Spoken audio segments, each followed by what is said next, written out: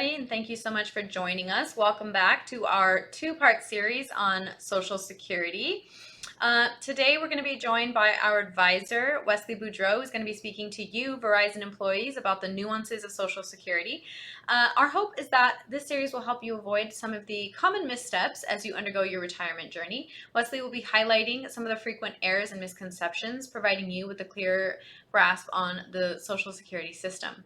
Before I bring Wesley on, however, I'd like to just remind you that although we work very closely with both active and retired members of Verizon, we're not affiliated nor endorsed whatsoever by Verizon. The retirement group is a completely independent group of financial advisors. After Wesley's presentation, I will jump back on with him very quickly to ask him any questions that you may have entered into the Q&A chat throughout his presentation. Please feel free to ask away. We love getting your questions. It's 100% anonymous, and we always answer as many as we can, time permitted. And with that, I'd like to introduce you to our speaker, Wesley Boudreaux. Hi, Wesley. All right. Hey, thank you again, Samantha. And as we said, we did one of these last week. Where this is kind of short and sweet. We're just going to go over some typical questions we see from time to time on Social Security Review. But again, if you have any additional ones, feel free to reach out to us directly, and we can go through that or provide you a full detailed Social Security analysis as well. Before I get started, just a quick reminder for those of you who do not know who we are. Again, the Retirement Group, we are an independent financial advisory firm that focuses on working with corporate employees and help them transition into retirement. And we've been doing this for a little bit over 30 years or so, and we work with quite a few different companies. Generally speaking, most of our advisors work with a select number of companies. That allows us to have a deeper understanding of your specific benefits plans inside and out. So we can help you through that transition phase into retirement, whether it be educating you on the pension, the 401k, healthcare retiree medical benefits, life insurance continuation benefits, things like that. We can go through all that with you. We do have offices throughout the country, so rest assured if you need to sit down with one of us face-to-face, we can probably still accommodate that. Obviously, this day and age, it's very easy to have web meetings. We can do webinars for you or a group of people if you need. You can obviously phone calls, email communication, whatever your preferred method is. Just let us know. We can accommodate you there. At the end of the day, if there's anything you take us up on, it's that complementary cash flow analysis we talked about before. This is actually a detailed written plan, a financial plan, if you would, that's going to let you know if you're on the right track to meet your retirement goals. Maybe you call in or you talk with us and say, hey, Wesley, I'm thinking about retiring at age 62, right in line with my Social Security. We'll go through there. We'll take a look at it and see based upon your spending needs and everything and your longevity, if you're in good shape. We might come back and say, hey, you could retire a year or two earlier if you really want to. Or we might come back and say, look, you really need to work a little bit longer, maybe cut some of that spending. So we can at least give you an idea of where you stand. And that can in turn back into what's the best claiming strategy for your pension if you have one. Is your allocation, your 401k correct? And all those different items can be incorporated in that as well. But like I said, today we're going to go through a couple of additional questions we tend to get from the larger Social Security webinar series that we do. So let's get into that. And if you have any additional questions, just reach out to us. I'm sorry. So again, picking back up where we left off last week, the first four questions, let's get into the second four. So question number 5 in this case, can name changes due to marriage or divorce affect my earnings record? And how do I ensure my earnings are correctly reflected after such a change? One of the questions last week was about making sure that our earnings records are correct and how often we should actually look at those or update those. I think I mentioned, as frequent as once a year, but ultimately at least every couple of years or so to make sure there's no mistakes on the dollar amount that your employer is providing the Social Security Administration for your benefit. Now, in this case, this is a question on name changes, which can also throw a kink in the system. Let's assume maybe you get a divorce or you change your name for some reason. You have to go through submitting that information to the Social Security Administration in order to get that updated. So some of the things where I haven't seen this in the past, but I guess an example would be, let's assume Mary Smith gets a divorce and then goes back to her maiden name by making things up on the fly, Mary Johnston. And so she may have had some Social Security benefits as Mary Johnston for 5 years before she got married. Maybe she was married for 15 years and then she has benefits under, Mary Smith. And now she's changing back to Mary Johnston. So it could be a case where they may not match up. There may be a gap in there where they're only showing her Mary Johnston earnings benefits. So again, the first thing to do would just be to, once you go through that divorce or separation or any type of name change situation that you could be going through, Wait about a year to kind of check your records, see if they're still correct. But then also make sure that you've updated your name with the Social Security Administration, and just be more hawkish or more focus on checking that every year to make sure there's no issues on them capturing your benefit calculation there. Question 6, can I switch between my own Social Security benefit and a spousal benefit after I start claiming? I think we actually got a question similar to this at the end of last week. But the answer is yes. So it's not the classic file and suspend, which went away in 2016. It's really only eligible for those that were born before 1954 now. So most of you have gotten to that point where you're beyond that. But so what you can do now is you can actually file your own benefits and collect off of your benefits, and then later on, if your spouse decides to claim later, then you can claim the spousal benefit once he or she starts claiming as well. Now, the only reason that would be a benefit is if they have a higher benefit. So let's assume that maybe the higher income earners got a $3,000 a month Social Security benefit, and maybe you didn't work as long, or you didn't have as high an income, and maybe your Social Security benefit, let's say, is $700 a month. So what could happen is you could start claiming your $700 a month at whatever age you decide. If it was full retirement age, that's one thing. But let's assume that maybe your full retirement age was 1,000, so maybe you took it at 62, so you're getting 700 a month. So you may get 700 a month for a while, and you wait till your spouse collects full retirement age and starts getting that 3,000. So now you jump from 700 up to 1,500. And what happens is you'll get your 700 still, but you'll get that difference, that 800, for a total of 1,500 for the spousal benefit. So yes, that can happen. Now, it can't happen the opposite way, like I mentioned.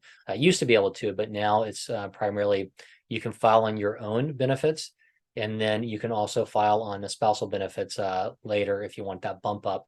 But your cap is at full retirement age, so it's not going to help you deferring any farther than that on spousal benefits. It does on your normal benefits, but not on spousal benefits. It's up to half of it at full retirement age, and if you take it earlier, it's obviously reduced. Next question. Under what circumstances can I claim Social Security benefits based on my spouse's work record? And how does it compare to what I'd receive under my own record? So, okay, kind of what we talked about before, this last question. The comparison all depends upon who's a higher income earner or who actually contributed to Social Security. If you are a spouse that hasn't worked and never contributed, then obviously the spousal benefit's the only thing you're going to have. You don't have the credits for your own Social Security. And how does it compare to what I receive? Okay, so what circumstances would you claim? So in order to claim a spousal benefit, your spouse, the one that has the Social Security, they have to start claiming. So you have to wait until they claim. So whether it be 62 to 70, somewhere in that range, once they start claiming, then you can also submit for spousal benefits if you're 62 or older. So again, if there's a big age gap, there could be some differences there. If you guys are close to age, then it won't be that hard of a situation. Honestly, if you have questions on this or want to dig into it in more detail, give me a call or give the retirement group a call. I can run a detailed Social Security analysis for you to show you all the variations of claiming strategies, and look at what's going to be the best outcome over the long term, financially speaking. Obviously, there's emotional decisions whether you want to take it early or late. We can go over that too, but financially, we can tell you what the best claiming strategy would be as far as taking your own and then getting spousal, or deferring all the way and just getting spousal. We can go through all those different options with you as well. But hopefully that answers that question. If it didn't, then give us a call. We can dig into your own situation. Last one here, and then we'll see if there's any new questions this week. If my spouse plans to claim benefits based on my Social Security earnings, what happens if they delay claiming beyond their full retirement age? Okay, I kind of alluded to this, I think, in the last question or two. It's not like your normal Social Security benefit, where let's say if my benefit was going to be $3,000 a month at full retirement age 67, if I went to defer it to 70, where I get an 8% bump each year, that's on your benefit, but it does not happen on spousal benefits. Again, it caps out at full retirement age, so the max your spouse can get is half of your full retirement age calculation. So in that same case, let's assume that my benefit was $3,000 a month at full retirement age, and my wife never worked or had a smaller benefit. The max she could get would be if she took it at her full retirement age, would be half of my 3,000, so that 1,500. If she took it earlier, it's going to be a reduction of that. If she, for some reason, we waited till she was, 68, 69, 70, it'd still be $1,500. We just hurt ourselves. So there's no benefit in delaying the spousal benefit. There is the benefit in delaying your own benefit though as well. So hopefully that helps. Again, it's best to see this on a one-on-one situation and you're in a Social Security analysis. So again, kind of short and sweet, just a couple of questions there. Hopefully Samantha's got some more for us, but again, a quick reminder, the best way to kind of view all this together besides the Social Security analysis is a cash flow analysis, in which case we can run a detailed report to kind of take a look at, are you on the right track for your retirement goals? I mentioned before, we can run that. We can run variations to show you different strategies, also different claiming strategies in the Social Security, different retirement strategies as far as how to maximize your benefits at work as well. But honestly, right now, about 3/4 of Americans over 50 don't even have a written plan.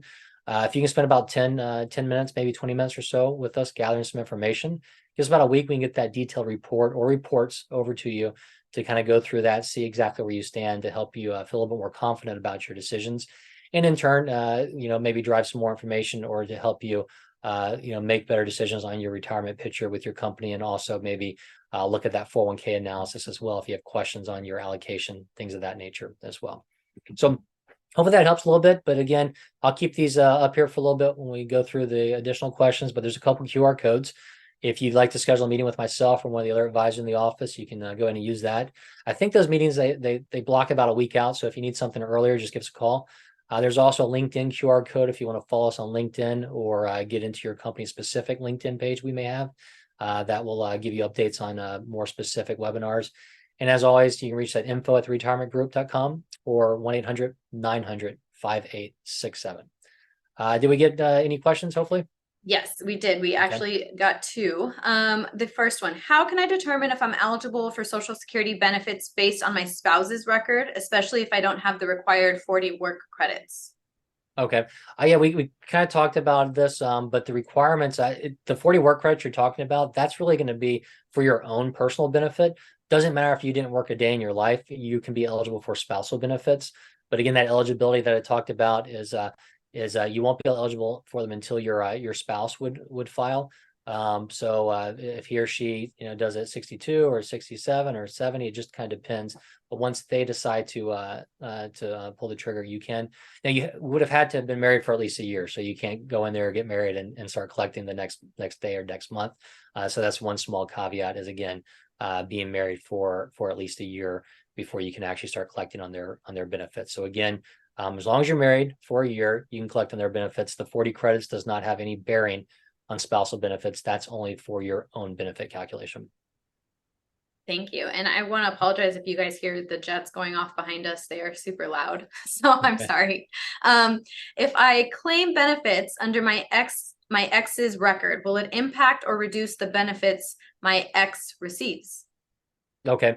I think we actually had a question similar to this on the first one about reducing your current spouse's benefits. It doesn't reduce theirs, nor does it reduce your ex spouse's benefits. I know a lot of you might say that'd be great if I could take it and hurt that ex spouse and reduce his or her benefits. It's one thing, but no, they use the ex spouse's benefits to calculate that, but it does not affect theirs whatsoever. And again, it doesn't mean that they have to be collecting like it were if you were married. Once that ex-spouse turns retirement age 62 or later, if you want to file based upon theirs, you can. And to go back again, you would have had to been married for 10 years and not remarried in order to collect that ex-spouse benefit on there as well. So again, it's important to kind of make sure you meet those requirements. And then again, if just like anything else, if you defer, wait a little bit longer, then you can get a little bit more benefit than doing it as soon as possible. All right, Wesley, that was it. Okay, well, perfect. Well, appreciate everybody spending a little bit of time with us today. We kept this kind of short, like I said before. We got our bigger webinars on Social Security in more detail. Just give us a call. We can get that over to you. But any questions, give us a call. Again, we've worked extensively with a lot of companies over the last 30 years. We're not endorsed by nor employed by them, though. But if you have any questions, want to dig into this or company plans, just let us know. You can reach that 800-900-5867. Thank you and have a great day.